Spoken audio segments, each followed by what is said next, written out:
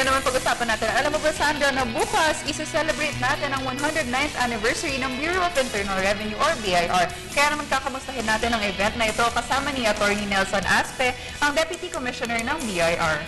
Magandang umaga po, Attorney. Magandang umaga sa inyong dalawa at 10 ng ating mga taga-subaybay.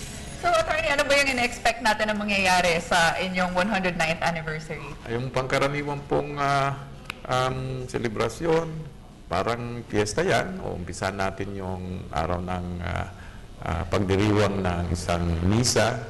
Then sa hapon, yung mga including light activities. Bukas yan. May mga sports, may mga games nga, at saka sa balita, may mga cheering squad competition pa raw.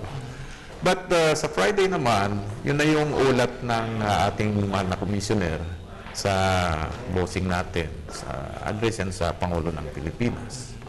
So, andun din ang ibang government officials, andun din yung mga former BIR commissioners, mga former officials, and most of all, yung ating mga supporters, mga taxpayers, saka mga NGOs na tumutulong sa ating trabaho. Sir, sino po ba ang mga special guests na aasahan po na dadalo nga po sa inyong celebration ng 109th anniversary?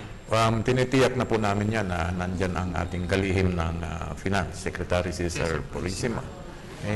Masusurpresa siguro kami. Baka sakaling nasa prerogative naman ng Presidente kung makakadalaw siya. Malaking karangalan niya. So, yung mga iba pa po, yung mga yun nga, mga non-government organizations na katulong ng BIR. Ito po, sir, nabanggit nyo nga po na pag-uusapan nga po ng BIR ang mga po na natanggap at mga improvements na nangyari. Baka po pwede nyo pong ma-share sa ating mga manonood ngayong umaga ang mga nakuha at nakamit nga po ng BIR for the past year or the past years na naupo po. Ang pinakatangi pong achievement ng BIR, lalong-lalo itong nakaraang taon, 2012, ito'y nasasabi na sa unang pagkakataon, na-hit o nakuha ng BIR ang collection na mahigit 1 trillion. Kasi dati-dati nasa hundreds of billions lang kami. Nung nakaraang taon ay 1 trillion and something like 58 billion pesos. So, yun, kasaysayan po yan sa 100 at siyam na taon ng BIR. Sumunod na po dyan yung medyo unti-unting pagbabago ng takbo ng tanggapan patungo sa efficiency sa pangmolekta.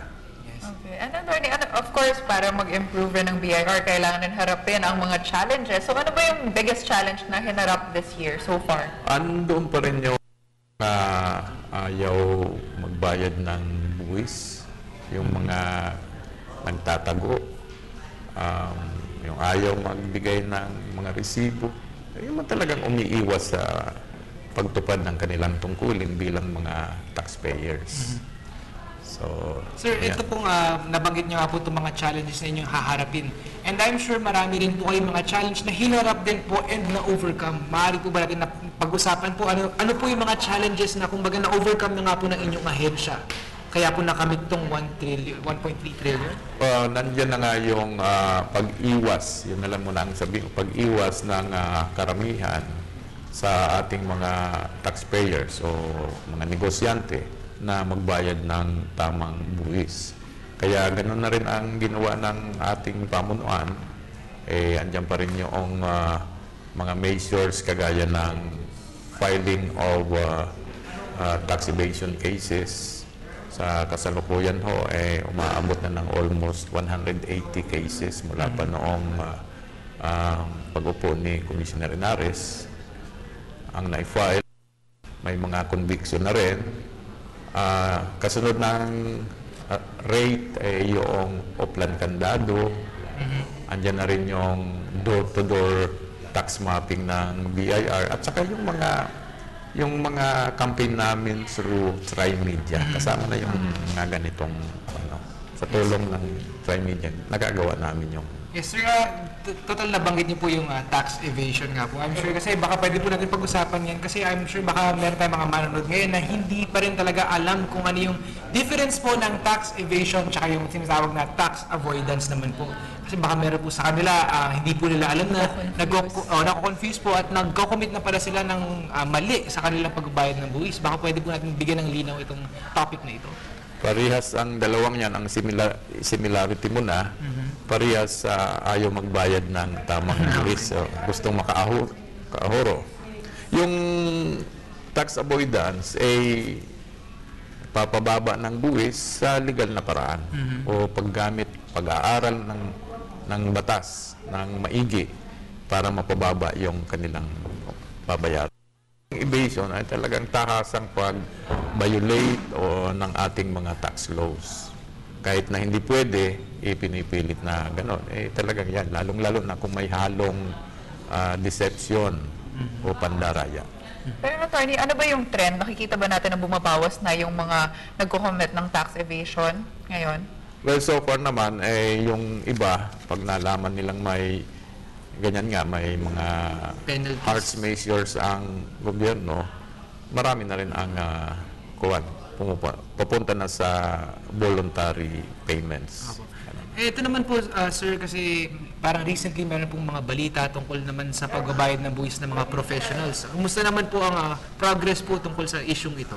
Narinig na po natin sa State of the Nation address ng Pangulo na nag-improve na rin yung collection namin from self-employed individuals, kasama na yung professionals. Pero andyan pa rin po ang challenges. Hindi pa ho lahat lubusang ganun ang compliance, kaya patuloy pa ho ang aming efforts. Okay. And ano naman po yung mga future plans ng BIR? Aming ibang tinututukan ngayon kundi yung automation ng aming mga proseso, pati na yung serbisyo natin sa mga taxpayers. Hanggat maaari, gamitin natin yung computerization para less efforts na on the part of the government. Pangalawa naman, mas-safeguard natin yung information, yung data through our web. Ako.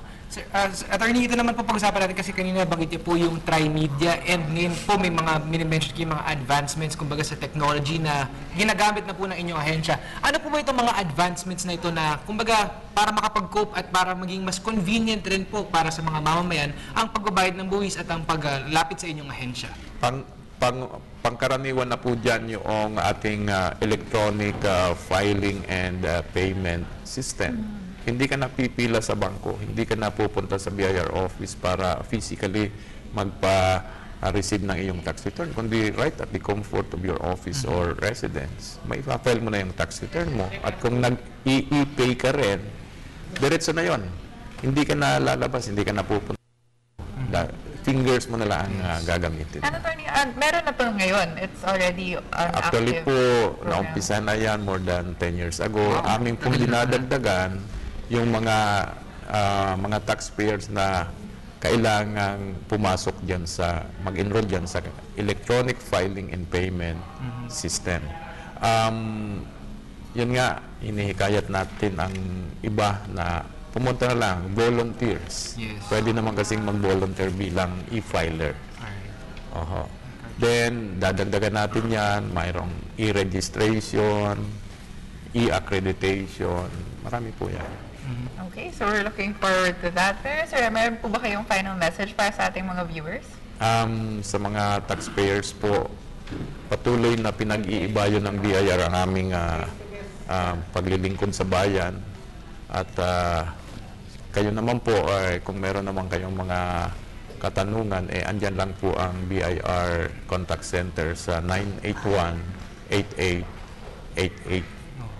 So, maraming salamat po sa inyong suporta at sana'y nyo kami sa pagdiriwang ng aming ika-109th Foundation Anniversary. Yes, sir. Total na banggit niyo po, inaanyayahan niyo po ang ating mga manonood para makidalo. Saan po ba ito at kailan magaganap? At ano po ba mga detalye ng inyong celebration, anniversary celebration? Bukas po ang pinaka-anniversary.